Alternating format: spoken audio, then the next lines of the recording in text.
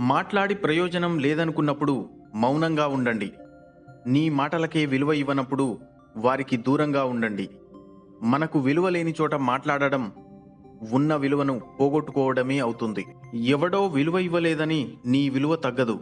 నీ జీవితం నీకు విలువైనదే. విలువలు లేని, విలువలు ఇవ్వని మనుషులకు దూరంగా ఉంటే నీ విలువ ఏంటో అర్థమవుతుంది. జీవితంలో గెలవడానికి జాలి, దయ, మంచితనం మాత్రమే ఉంటే చాలదు. కర్ణుడు అంటేనే మంచితనానికి, దాన ధర్మాలకి పెట్టింది పేరు. కానీ సమయాన్ని బట్టి నడుచుకోకపోవడం వలన కౌరవుల వైపు నిలబడి ప్రాణాలని పోగొట్టుకున్నాడు. కావున జీవితంలో గెలవాలంటే మంచితనంతో పాటు చుట్టూ ఉండే సమాజ పరిస్థితులు, సమయాన్ని బట్టి నడుచుకోవాలి. నువ్వు ఎదిగేటప్పుడు తొక్కేవాళ్లు ఉంటారు, ఎదిగాక మొక్కేవాళ్ళు ఉంటారు. అయితే ఎదుగుతున్నప్పుడు నీకొక రూపం వచ్చేలా చెక్కేవాళ్లను మాత్రం ఎప్పటికీ మర్చిపో